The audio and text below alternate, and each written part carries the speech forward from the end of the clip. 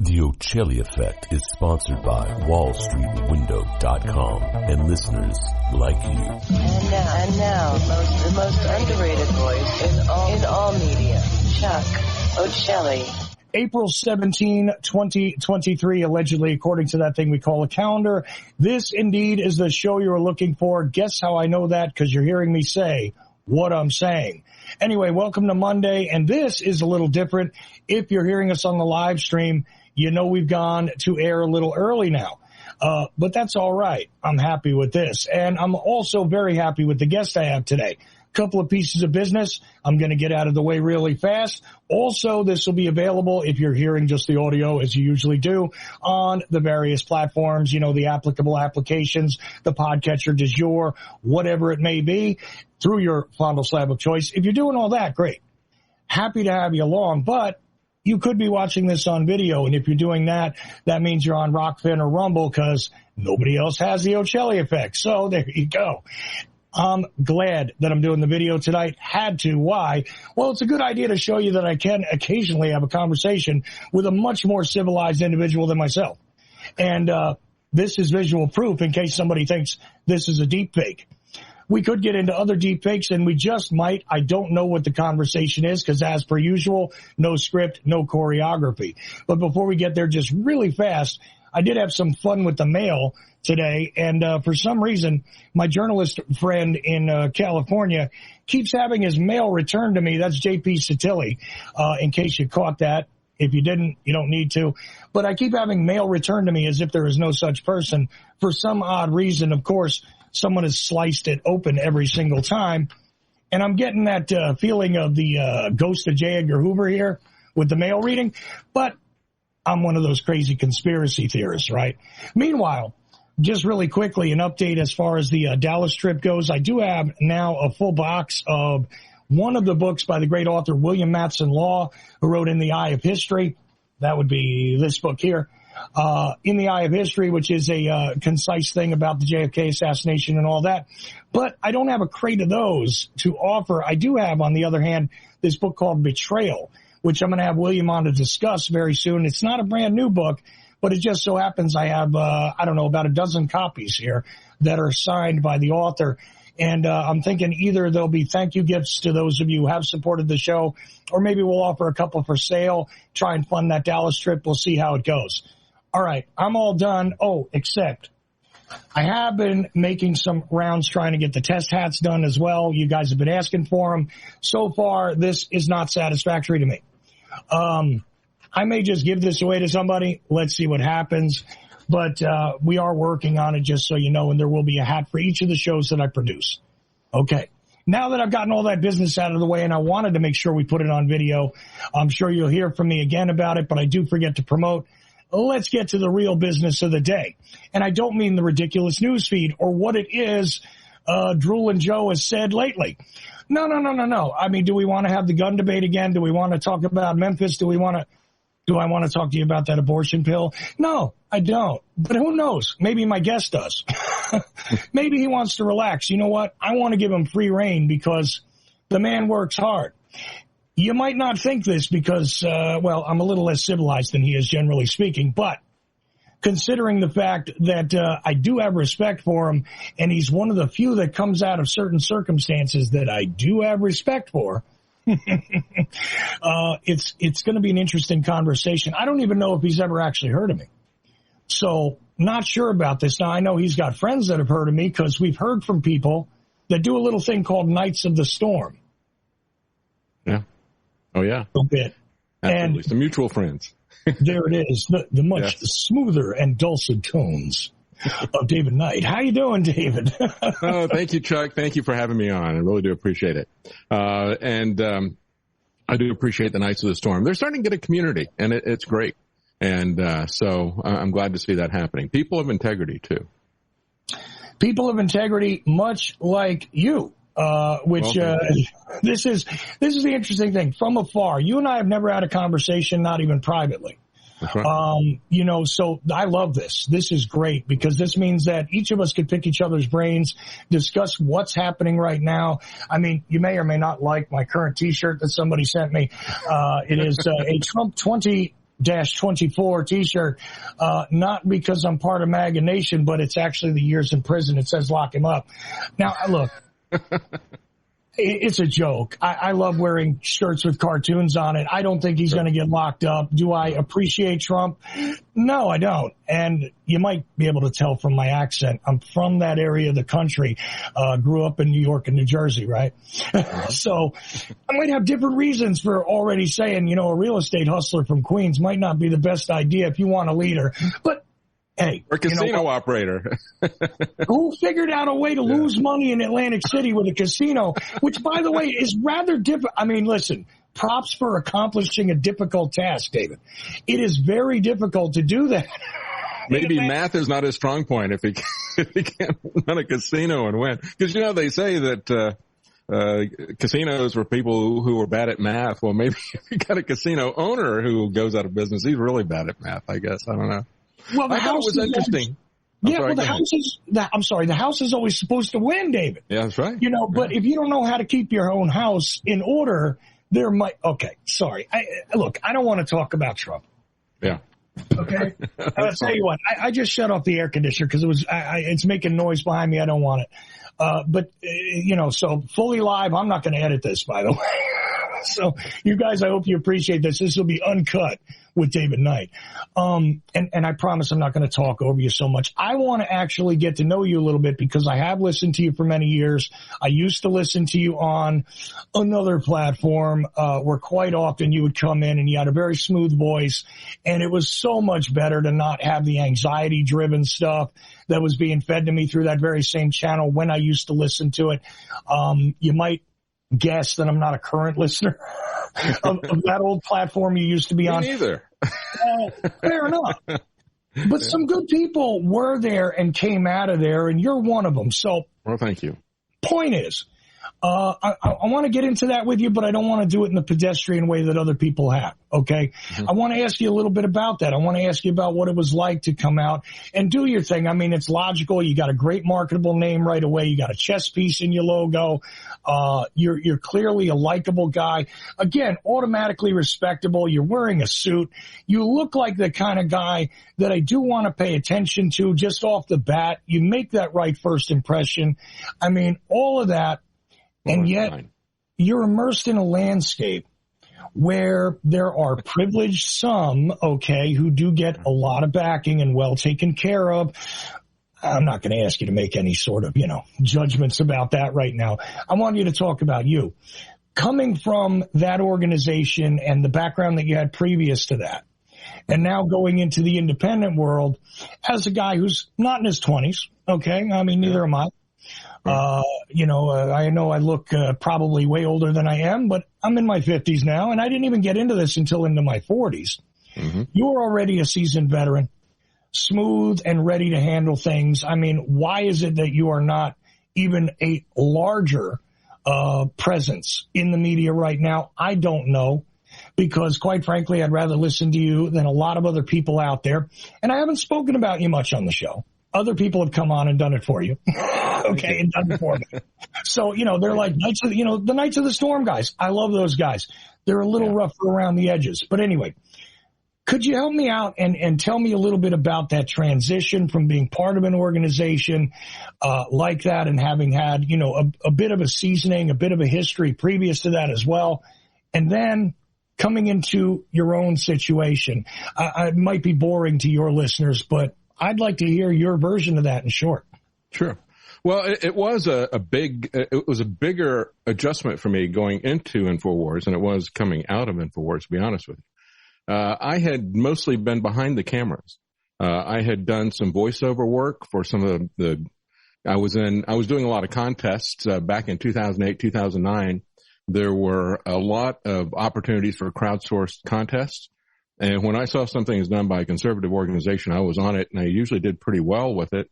There was one that was done by FreedomWorks, and it was being run by Dick Armey, and it was about small business entrepreneurship. And it's like, that's a perfect fit for me.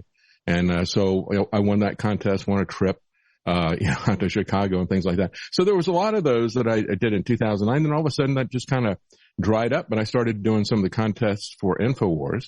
And even though I didn't win the contest, it was Jakari Jackson who won the contest. I got hired because Alex hired a bunch of people at that time.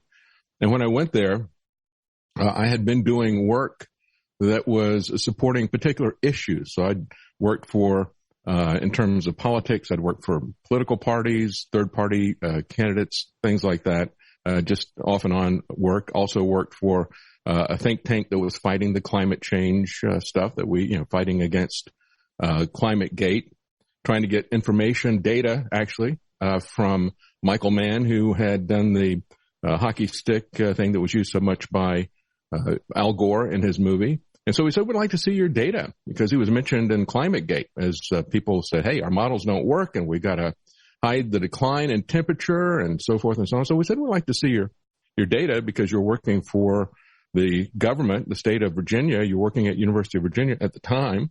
And these are emails that were on the university computer. You've published this data, so there's nothing that needs to be hidden from this, and it's already been used to create public policy, so we'd like to see that data. Isn't it interesting that we see all this stuff coming back now with the pandemic, right? We'd like to see your data. Sorry, you can't see the data with any of this stuff. Whether you're talking about the vaccine or you're talking about the pandemic or the cases of this, they hide everything. So I had done that kind of work, and then I didn't win the contest, but as he made the job offer to me, which I thought was really kind of strange. I wasn't really sure that I wanted to do that. Wasn't sure I wanted to make the move. We liked it back east. We liked it in North Carolina where we were at the time. And I had lived in Texas before. I wasn't really too happy about going back because of the climate and other things like that. But I decided to take the job, and I was doing reporting work. I was there at the Bundy Ranch in 2014. I really wanted to go to that.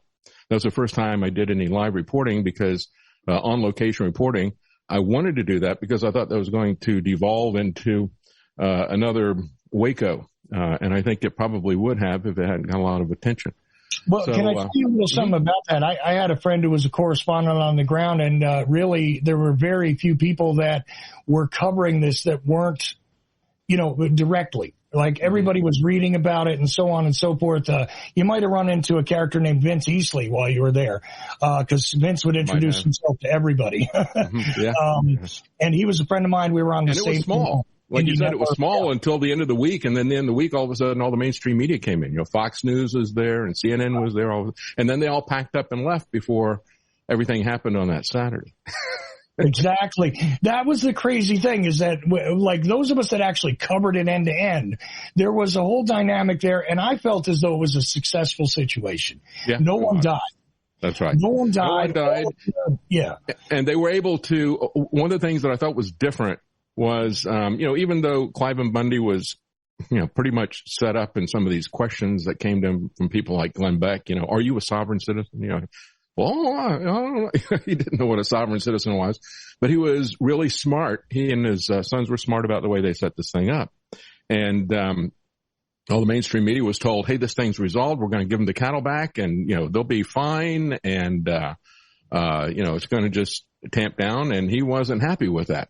And, they said, well, they didn't say they were going to give them the cattle back. They said that they were going to let them graze and that type of thing. But there's still a question as to whether or not they're going to get the cattle back. And so they had already worked up the fact that there was going to, they were going to go there and demand the cattle be back. And that's where the standoff developed.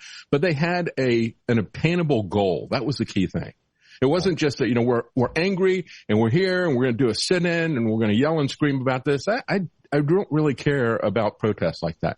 But they had an obtainable goal, which was to get the cattle back and to be able to graze them there. They were the last farmers, ranchers that were left in that area. They'd run everybody else off. And so from that standpoint, the fact that nobody died, nobody was shot, and the fact they got the stuff back, I thought it was a big success. And I think they did a great job with that.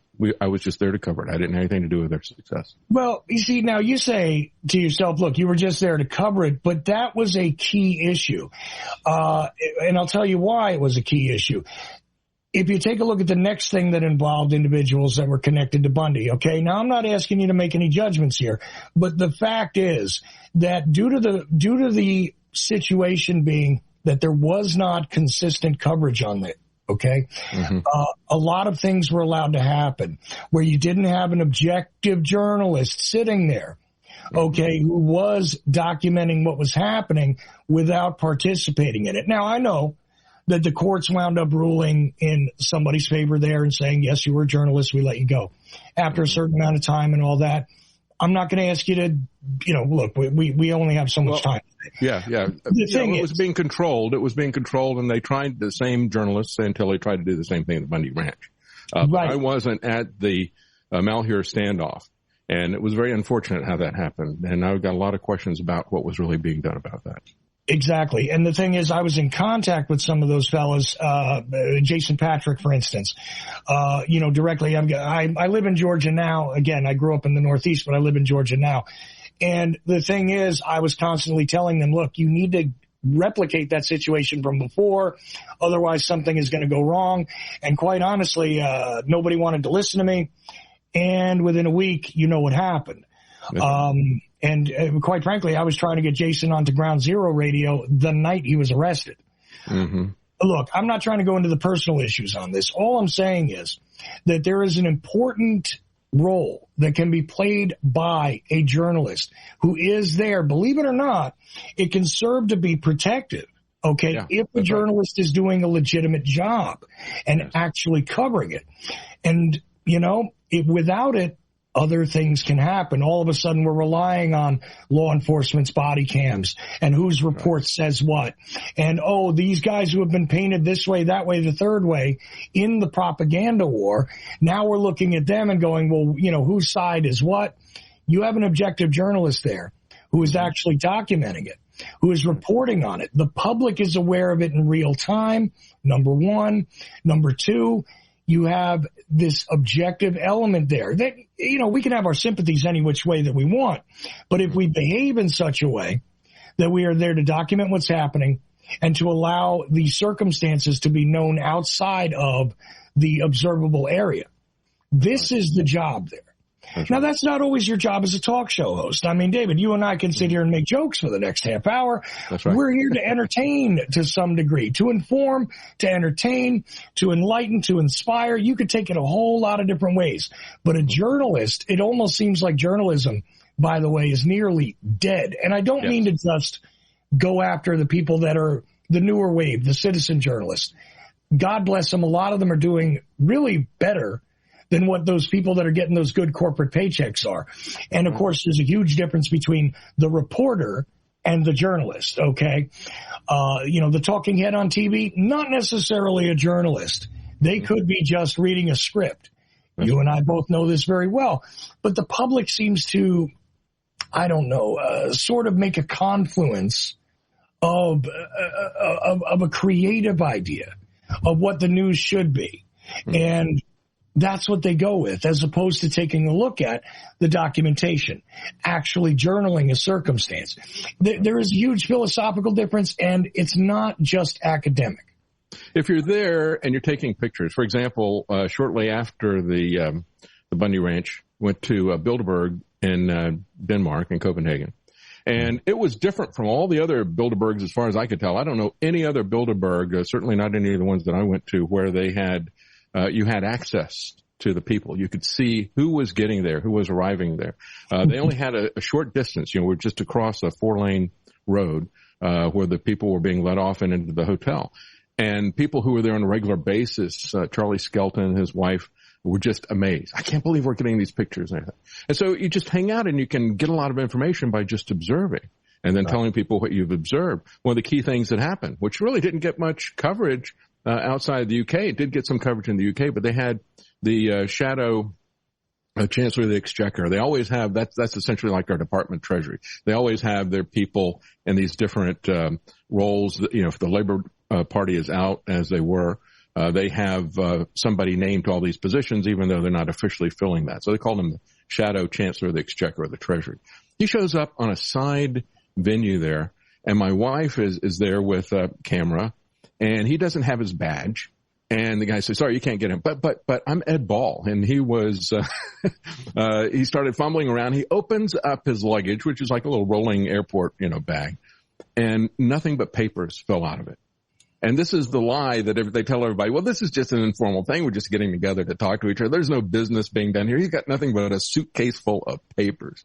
Mm-hmm. And so that got some attention. He was the highest ranking person to lose in the following election. But, you can come up with things like that that'll just fall into your lap if you're there reporting. And so that's the difference with a reporter and a journalist, looking at that. What I do now is different. After I did that for a few years and started doing guest hosting and substitute hosting for Alex, then I got into gave me my own show in 2017.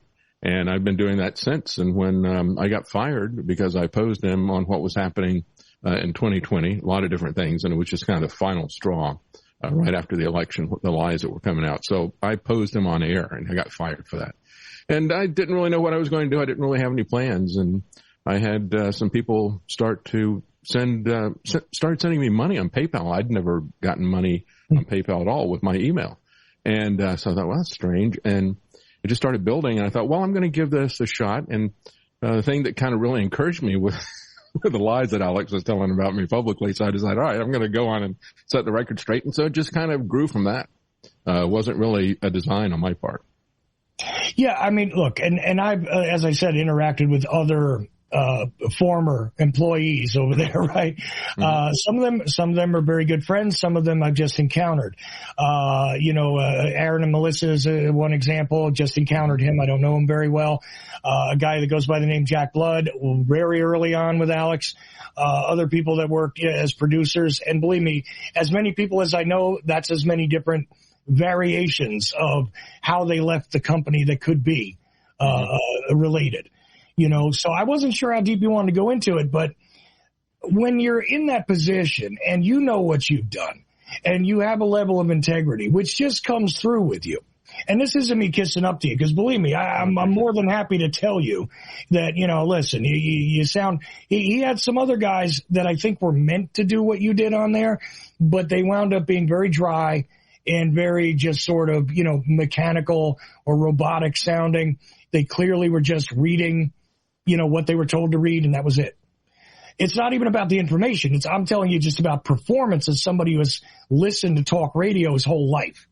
It was just like, this isn't the same as, right? Mm-hmm. And Aaron was a good example of that too. I like him. I don't know what you think of him personally or anything, but I like him very much. He's got a good sound. He's a lot more civilized than me again. Jack is more in that guttural area with me. But the thing is, but still more professional because it's me. The thing is though, there's a way of going about this, and the transition from doing that with that company to doing it on your own. You first see some support, which comes through financially. I get that. But did you feel confident about that?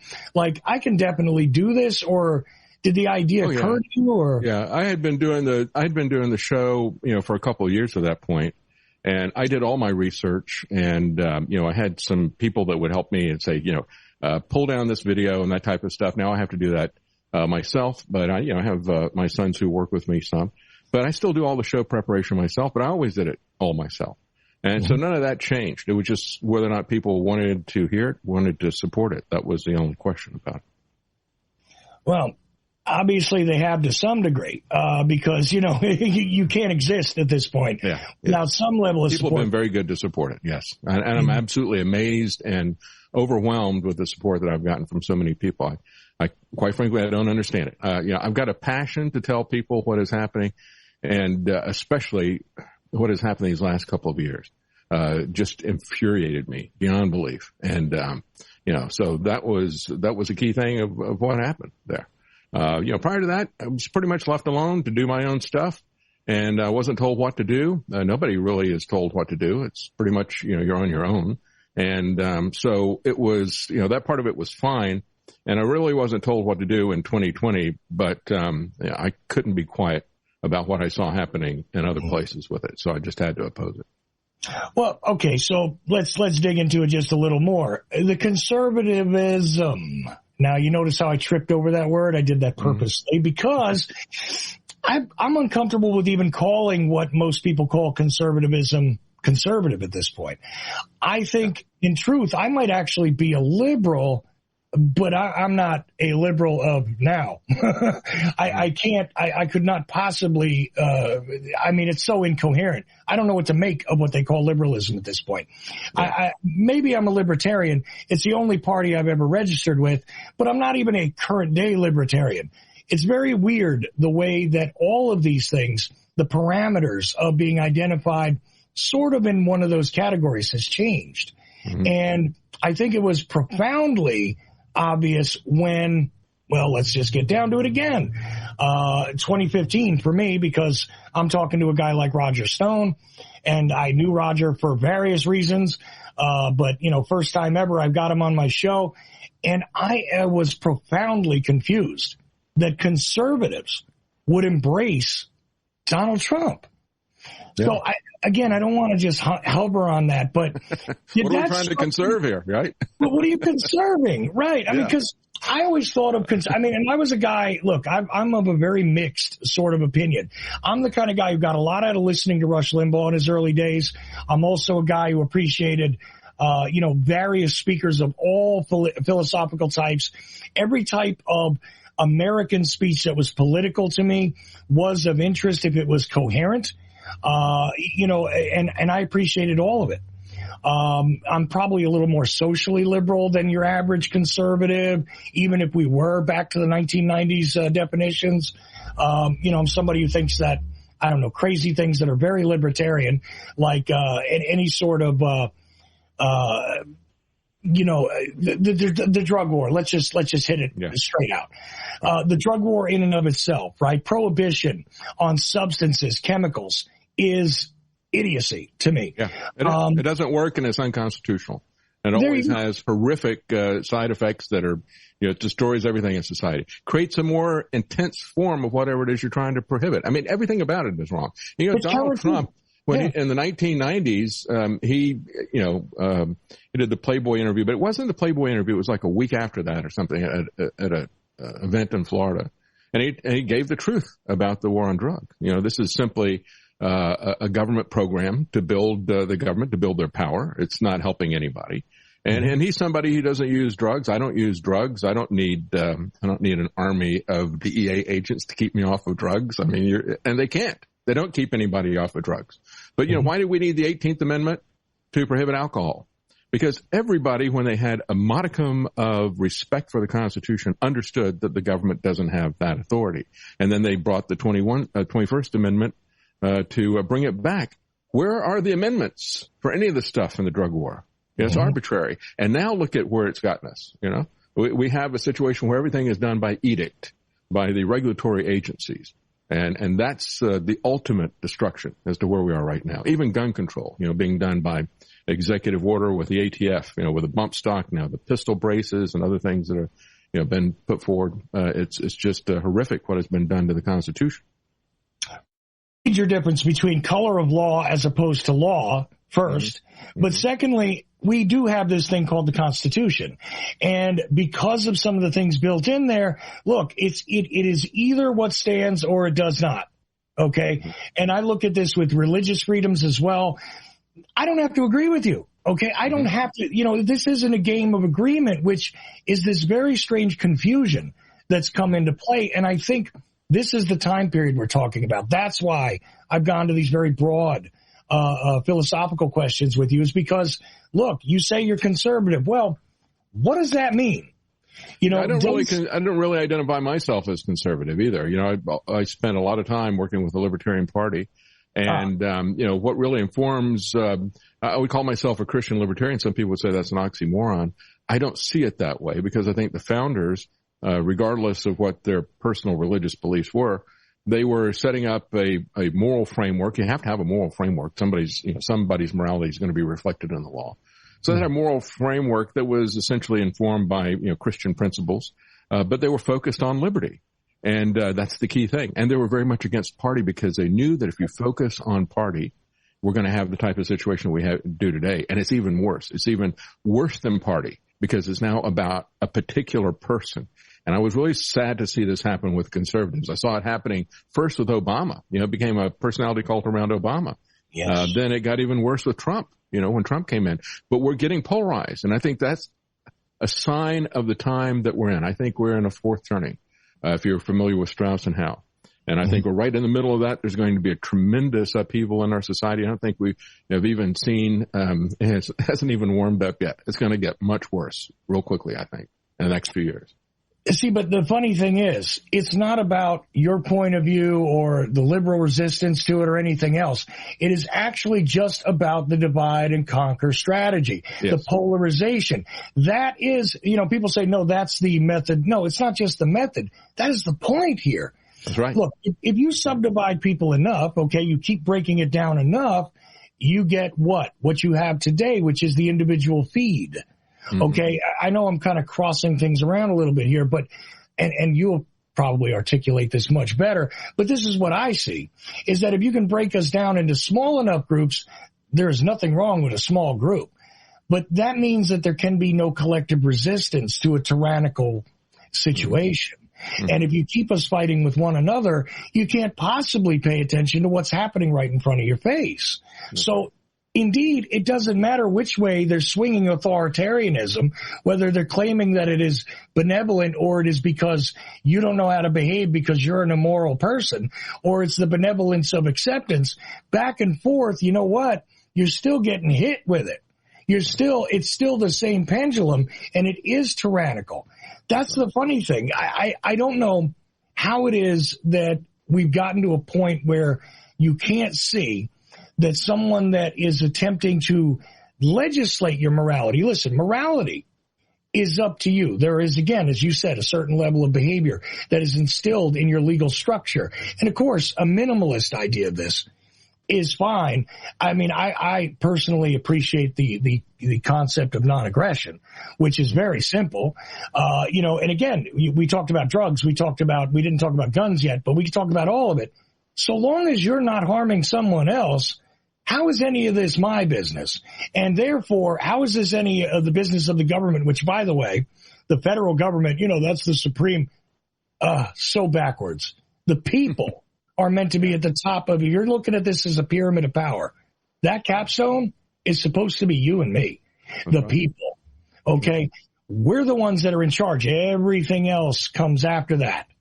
But they don't understand this. And the reason why I said that you had said conservative is because you showed enthusiasm about getting involved with conservative things. So I said, well, okay. And that was a bad assumption. But you see, that right there gives you a clue that even somebody who's trying to be thoughtful about this is making a mistake. I'm making an assumption you're a conservative right there. It's not my overall thought about you, but I'm just pointing out the mistake I just made in my own language here, because I think the labels just don't serve us anymore. And one of the ways that this thing broke down, I pointed it out, we look at the global authoritarianism, the medical martial law that happened globally, with all these people marching in, lockstep with each other. It didn't matter what political party they were. It didn't matter what their stated political philosophy was. They could be, in Australia, they had the Gladys Berejiklian, one of the worst ones down there. She had a liberal party, which is what we would call the Libertarian Party here. But it doesn't matter if you were socialist or labor or liberal or libertarian or conservative. They were all doing the same thing. Right. And so we have to start looking not at party. We have to not look at the individuals. We have to look at things issue by issue. And I think that's the only way that we're going to get anywhere, is looking at things issue by issue. We could try to get people to agree on a philosophical basis that government is there to protect our liberty, that, as the founding documents say, we're given certain things by God just based on our humanity, whether you want to look at it as natural rights or God-given rights. And the purpose of government is to protect those. And when the government becomes destructive of that, it's our right and duty to alter or to abolish that government. And that basically is something that I firmly believe. The principles that are put there in the Declaration of Independence, I think that was very well thought out. And I think that is really what's wrong with where we are right now. As you point out, they want to have chaos. They want to subdivide everybody into competing little groups. Everything that the government does is to pit one group against another. They're not trying to bring us together. They're trying to push us apart. It's clearly obvious that is the design. And we know why that is the design, because they have a deadline of 2030 where they want to have their new society put into place. And we've had these types of turnings in the past. About every 80 years, Strauss and Howell went back and looked at this pattern. And we usually have, it's when people are, after about 70, 80 years, people get tired of the institutions. The institutions have a lot of obvious flaws in them. A lot of corruption is exposed. And then people, as they're, born at different times, society is different than, a couple, 40 years after a war than it was during the war. But you typically do have an economic upheaval. You have all the institutions change. And unfortunately, you usually have a war. The last war turning we had was the Great Depression, World War II. Prior to that, we had the Civil War. Prior to that, we had the Revolutionary War. They went back and looked at this repeating cycle through English history for about 500 years. My concern is that I think in this time, it is so big, it is so global, that I'm afraid that we're going to have all three of these things at once. I'm afraid we're going to have a Civil War, a Revolutionary War, and a World War all at once. And I think they're pushing us in that direction. They don't want to have peace. They want to have war, and they want to have war between us as well as war with Russia, China, all the rest of these things. Well, just see, here we go. Fourth wall just for a second. This is the eloquence I'm talking about. This is why I respect this guy, okay? I'm not talking to you for a second, David. Sorry. Hold on a second. I got it. Fourth wall. I got it. Okay. This is why, guys. Here, well, that was just put. That's that. The only thing I wish I didn't hear in there is, well, now I'm back to you, David. Only thing I wish I didn't hear in there is fear. I don't think we should be afraid at all. And I'll tell you something else. I think that is another key. That is one of those levers that is utilized. I know how you were using the word fear, but I absolutely despise it. Mm-hmm. I think that fear is one of the most counterproductive things possible. Not legitimate leeriness of things, but I mean, to fear this, I think that has indeed been weaponized as well. This concept of the war. Many doomsday cultists, really, truthfully. It always is about the fear, and that's what they did with us with the pandemic. I remember, I posed this thing from the very beginning because I'd seen Dark Winter and all these germ games, and RFK Jr. talks about that very eloquently in his Fauci book, Chapter 12. He talks about germ games and how they practice this on an annual basis. So I knew that was exactly what they wanted. I had a source internal who contacted me and said, I'm hearing a lot of stuff about Dark Winter too. And it's like, ooh, are they going to do this for real? Because I knew what Dark Winter was. It's the first simulation they did 2 months before 9/11. And so, I was looking out for this kind of stuff, and I knew that this was around, and I knew what they did on an annual basis to try to sell the flu stuff. But it was a campaign of fear. You're right. And I remember, I wasn't on board with this at all at any point in time, and neither was John Rappaport. And I had him on, and we were talking before that Easter in 2020. And John said, if people would if the Christians who are not supposed to be that afraid of death, they don't see it as the end. They don't want death, but they're not inordinately afraid of it. If they would show up on Easter and have their church services as usual, we could get out of this thing. And that was a big issue. Once the churches started to turn, they had to start arresting pastors, but it was pretty clear. Look, you got this old demographic of people who are showing up on a regular basis, and they're singing, which you're not supposed to sing, and they're not wearing masks, and they're, next to each other, and they're not falling over dead. Maybe they're lying to me. It exposes it, and you do it by just living your life, without fear. And so I agree. We don't need to have that kind of fear. Well, and that's what contributed to something that, again, I feel as though almost nobody took notice of. Now, I don't listen to anybody on a regular basis, so maybe you did. I think that you might have been one of the few guys that might have tried to take notice of this. But this was a regional situation. They talked about what happened in, say, Australia, which was one of the worst situations when it came to lockdowns and the coding and having people using QR codes to travel, all kinds of craziness. Yeah. Now, they've done a lot of beta testing for this stuff, haven't they? And it's not going to go away. They've done a lot of psychological conditioning of all of us, and they have left the legal structures in. It's just this last week that they removed the emergency order, one of them. But there's two more, and of course the FDA has now freed itself from having to have an actual emergency in order to do emergency use authorization. So you have all these hangovers. Plus, they're pulling in the World Health Organization, changing the rules, giving them new powers where, if they can pass these rules and get them signed off in the different countries, then they will have the authority to tell people what to do. and also a treaty involved in that as well. So they have taken their usurpations, and they have essentially, we got drying concrete if it hasn't already dried. I said, look, they're pouring the concrete around our feet right now, and if it isn't dry, it's going to be pretty dry pretty soon, and they're just going to shove us off the pier here into the water, because that's what we're looking at if we don't pull this stuff back. No, absolutely. And just like 9/11, by the way, notice nobody is apologizing really, and nobody's losing their jobs again. That's right. That's right. All the mistakes that even are admitted on the record about what was done here. Oops, sorry, we destroyed some, independent businesses out there. I mean, all the corporate businesses, with the exception of Chuck E. Cheese, I think was the only thing that went down, right? The big corporate entities. I'm making a joke here, but I mean, literally, that's the only thing that seemed to die in the pandemic that was major corporate, right? But a whole lot of small businesses suffered. A whole lot of people's livelihoods, careers were damaged, destroyed, whether they were performers or they were restaurant owners or whatever it was. A whole lot of damage was done here. Oh, we gave you some COVID relief. Yeah, okay. Mm-hmm. But anybody say, oops, anybody say, we have to do some sort of, you want to talk about restitution of some kind, needs to be had there. No. See, that was all perfectly justified. Mm-hmm. So as we go forward, hey, look, like you said, they build one off of the other. The legal constructs have been left in place. So you bring me to a couple of things, and I'm hoping we got time enough for them. Bobby Kennedy, you brought him up. Mm-hmm. Now, I'll tell you the truth. I stopped voting some years ago. I really did, because I don't see anything on that menu that I would have ever put on the menu. Yeah. It's that simple. It's not about what did you choose off the restaurant menu. It's did you go to a restaurant that has things on the menu that you would put on the menu? And they had nothing for me for a long time. But, I might have to register once again as a libertarian, because that's the only party I've ever registered with.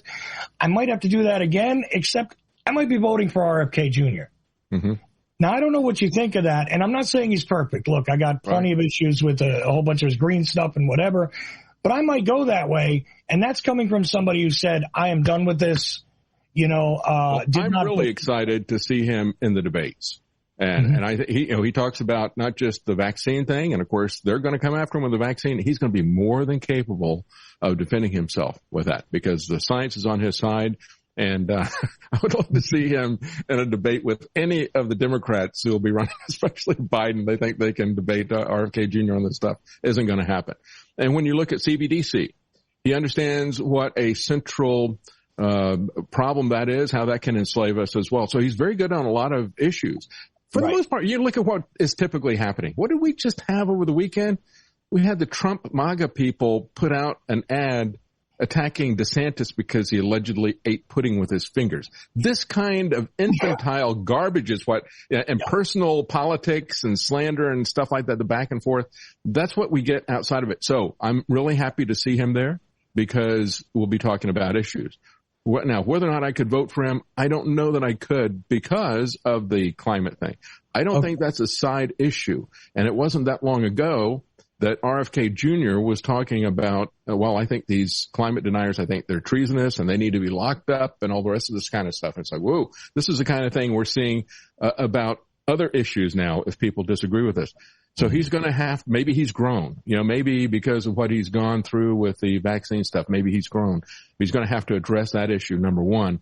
Number two, I talk about it in terms of a MacGuffin. Do you know the old, I understand. Hitchcock thing, right? Okay. Yeah. And so I think that it doesn't really matter to them whether they tell us that we're going to have global cooling and it's going to be a new ice age, or we're going to have global warming and all the ice caps are going to melt, or whether it is a worldwide pandemic. They always have the same measures and the same things that they want in place and the same things that they want to do with us. Take things from us, shut down our society and the rest of the stuff. So I'm just as concerned about the climate thing as I am about the pandemic and the vaccine thing. And I'm very, cautious about what he did. I will say this. I think it is very interesting because he doesn't believe that, he doesn't believe the JFK official story. He doesn't believe the official story about his father either.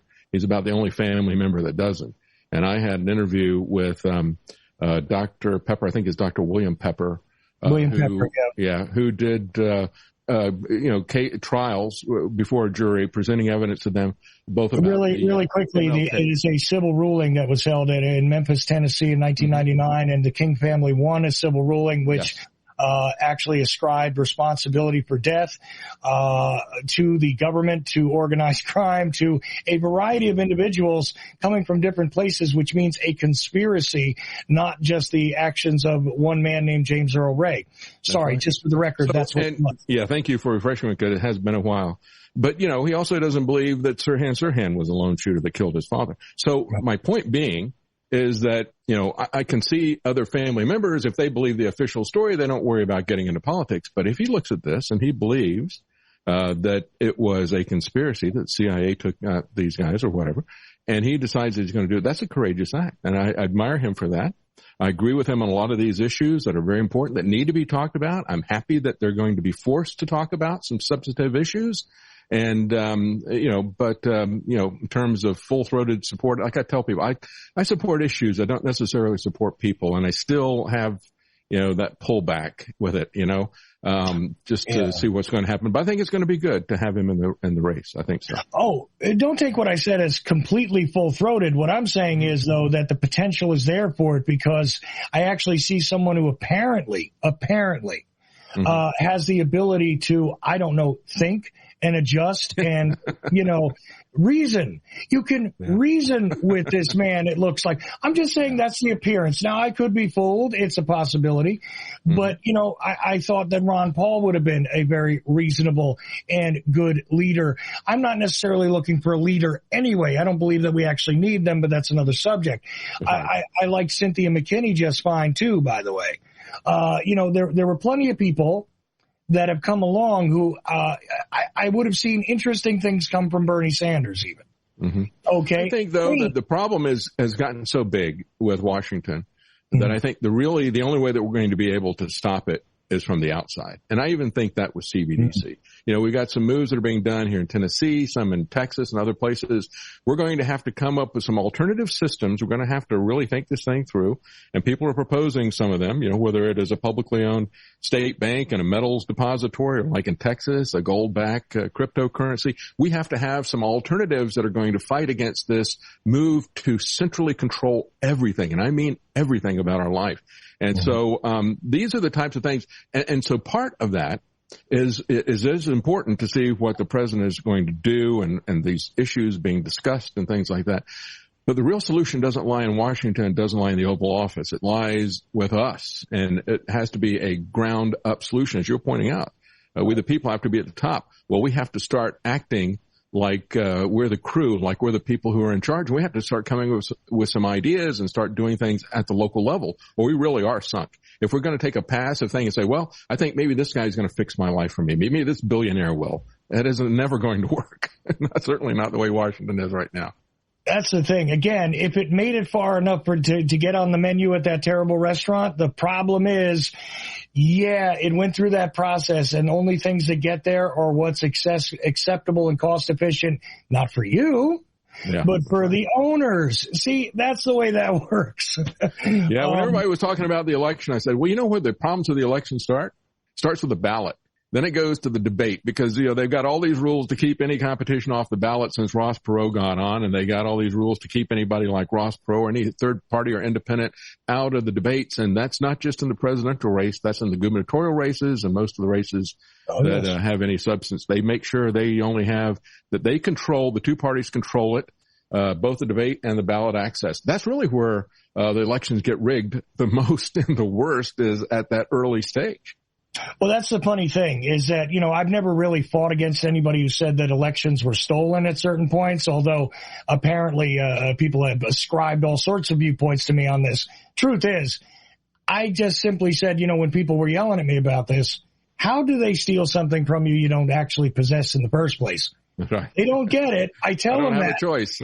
It's a little difficult. It's like, listen, possession's supposed to be 9/10 of the law. Problem is, if you don't possess it, where is the law on it? You can't, I'm just saying, look, I could take $8 billion from you right now, David. How about that? If you don't have it, it doesn't matter much. Of course, my weenie dog is disagreeing with me in the other room. But whatever it is, I've got one more ugly subject to get to. And unfortunately, you almost diffused it off the top. And none of this is staged or anything, so you had no idea what I was going to ask you about. Again, fourth wall, right? Look, bottom line is this. The gun issue. Mm-hmm. I own guns. I am someone who believes in that. Not as an absolutist to the degree that some people are, but, a gun is a tool. And the problem to me, people get into the debates about, well, it's the mental health. No, it's not mental health. It's ease of access to guns. Oh, but kids get them. All of this to me is just a waste of time, a massive distraction. And I'll tell you why. Until we get to a point where we understand, because you take a look at the numbers on this, this is an interesting thing that happens to prevail in the United States a little more than other places where you have this easier use with the guns, okay? There's places that are war zones. They don't have as many people. They don't have the same percentage of interactions with the guns. I don't think it's the gun at all. I think the problem is that there is a devaluation of life. There is a moral failure here. Yeah. And I know it sounds crazy because, again, you did describe yourself as Christian. I got that right? Mm-hmm. Yeah. Okay. I don't call myself Christian. I believe in many things. I have a sort of a broad-based faith. But you and I would not disagree on 99 out of 100 things. Right. Problem is this. If you take away the value of human life, and I don't mean just in the, it's about the media and what they show you. No. That's a small element of it. If it is encouraged upon the people, if they are conditioned, yes, I do believe the masses can be conditioned. If they are conditioned to accept that human life, their lives, the lives of their neighbors, the lives of people who look like them, the lives of people who don't look like them, if they are constantly impressed upon with the idea that nobody's life actually really matters all that much, because if you're in a privileged position, you don't have to pay for killing them, whether it's sending them off to war over, under false pretenses, or it is in the case of over-militarized police, or if it is in the case of just the idiot kid that decides to kill somebody because they disrespected him on the street. All of these things tie to one thing. The supremacy of the idea that human life has a high value is gone from the circumstance, whether it is for a practical cause or whatever. And people do it all the time. And sometimes it's social judgment. It's okay. It was okay when junkies were getting killed with the opioid crisis. It was okay. It's just junkies, because that's just heroin. That's what those people do. Now, when it went everywhere, now it's a problem. I get it. But the thing is, when you get to a point where it's okay to devalue people, whatever the justification is, they're in a different economic, I think is one of the biggest keys. But the point is that if you get into dehumanizing the enemy, you well know this, you've studied this many times. I've heard you speak on this about devaluing the life of the enemy. Well, remove the enemy concept from it and put this into your mind. And I don't mean you, David, just speaking out loud to the greater universe. Put this in all your minds. If there is no real intrinsic value to human life, if it's not that big a deal, if it doesn't matter that much, no, the consequence of I lose my freedom is not that big because I don't matter. The consequence that I killed somebody that I know, not a problem. The consequence of killing somebody indiscriminately, not a problem. You see, it's not a big deal. Killing a mouse, almost anybody I've never known, who lives into adulthood has certainly killed a mouse.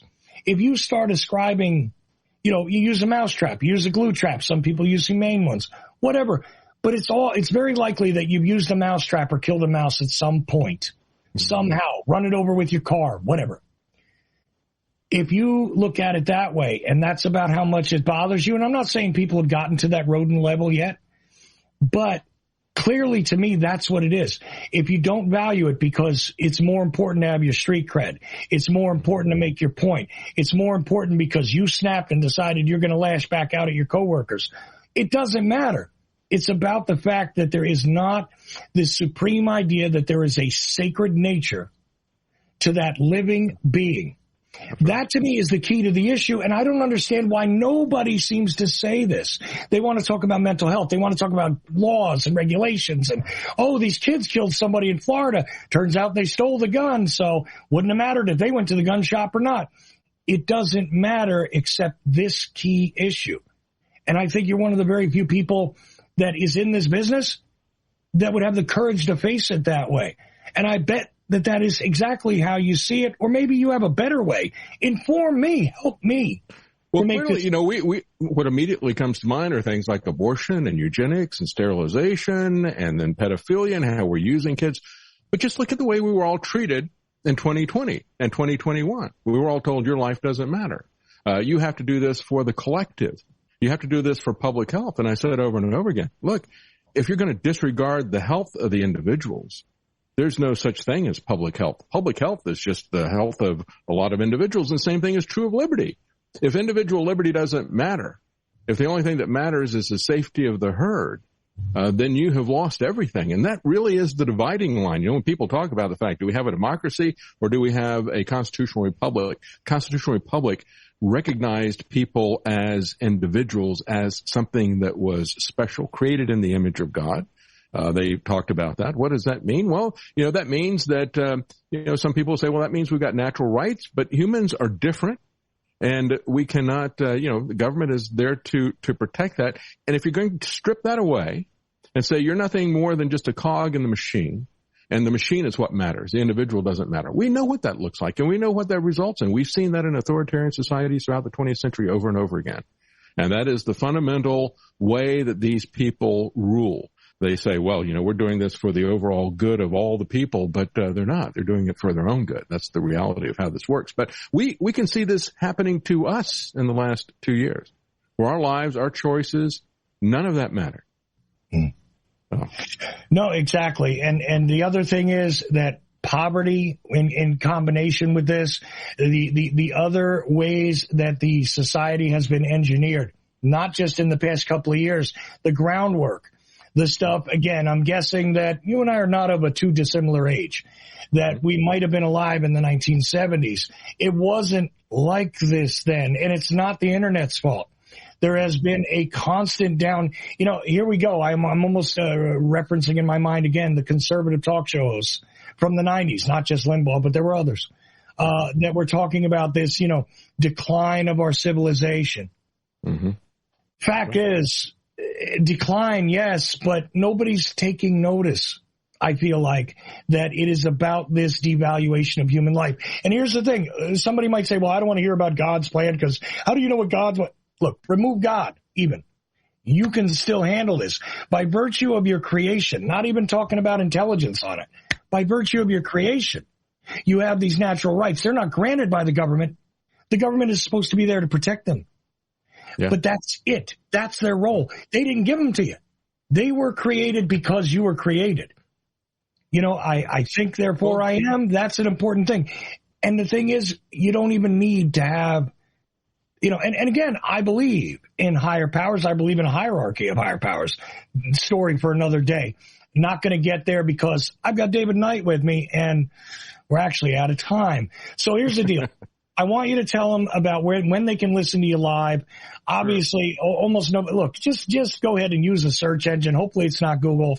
Use a search engine and go find David Knight. I don't really show up on the search engines. It's thedavidknightshow.com, and that's where you'll find me. Probably not in the search engine, where they really have purged me with the stuff, or social media either. I'm on Twitter at Libertarian. You'll find me there. I'm on Gab at David Knight there, but go to thedavidknightshow.com. That's where you'll find the links to the show. We're live every Monday through Friday from 9 to noon, and we broadcast live on Rumble and on Rokfin, on Odyssey, and Twitter, and then we put the full show up. We put some cuts from the show up each day, and then we also have a podcast version, and that's really where most people catch it. And it's on all the podcasts except for Spotify. Spotify has censored me over and over again. Spotify? Spotify, yeah, Spotify. Wow. Yeah. You don't have a YouTube presence anymore, do you? No, I was kicked off of YouTube 8 times. They even took down my music channel where I put up Christmas music that I play.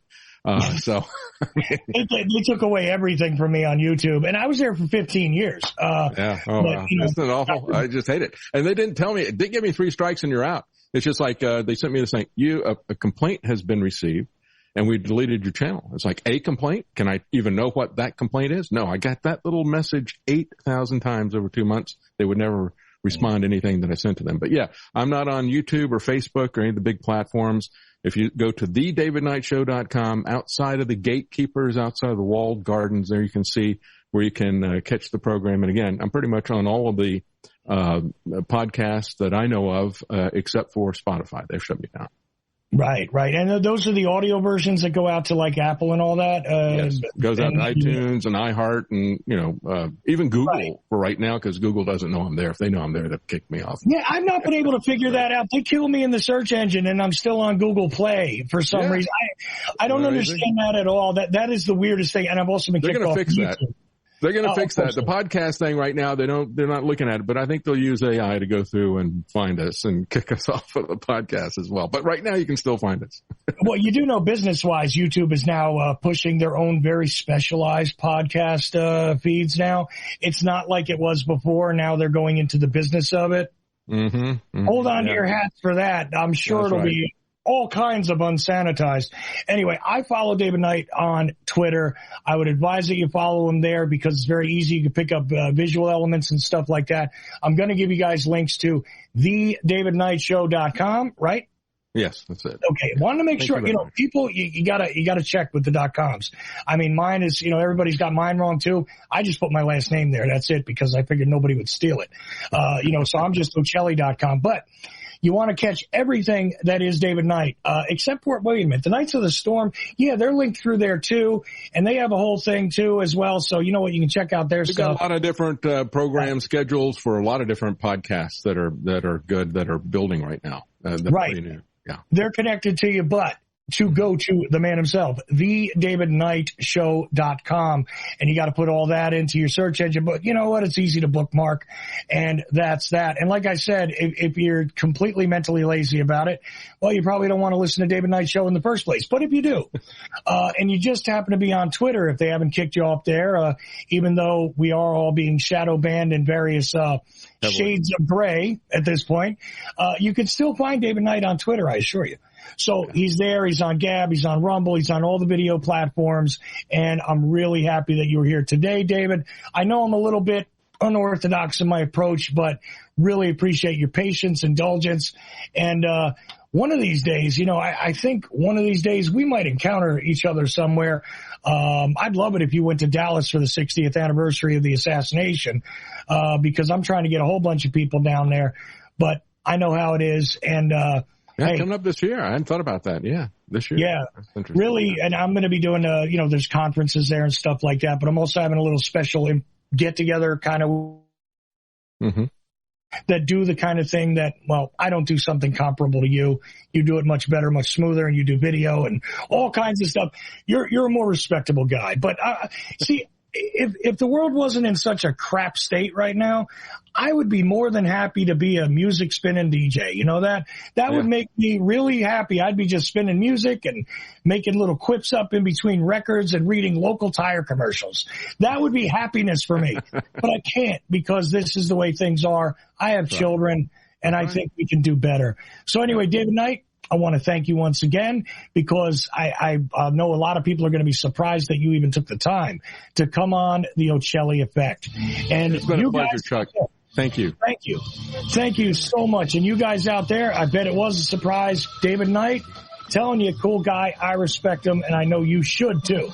So there you go. So much. I appreciate it. You've been very kind. Thank you so much. And I appreciate you, sir. So no matter who you are, where you are, when you are, remember this. I am merely Ochelli. All of you are indeed the effect. Go to thedavidknightshow.com and follow up on him and, tune back over to me sometime. I know he's smoother to listen to, but, anyway, appreciate you guys. Take care. Support Chuck Ochelli at Ochelli.com.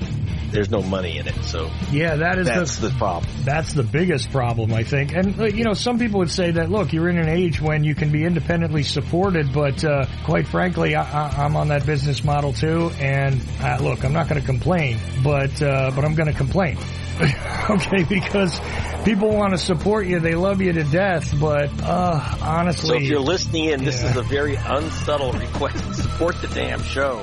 And I want you to do this because, the Ochelli Report is one of the few places where Greg Palast can get the stuff out. I mean, you'll still see my bylaws in some of these outlets, but nevertheless, I used to be a regular on CNN and on MSDNC, but no more. Revelation through conversation. Ochelli.com.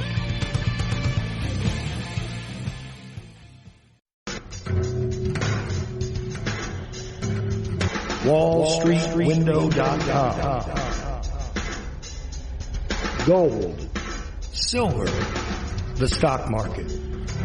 WallStreetWindow.com. Perhaps you're invested deeply. Perhaps you're not in deep enough. Maybe you're thinking about getting started. WallStreetWindow.com. Michael Swanson, the brilliant author of The War State, understood these trends professionally for many years, and now he gives you the benefit of his knowledge. WallStreetWindow.com. Go there now. Go there now. Go there now. Go there now.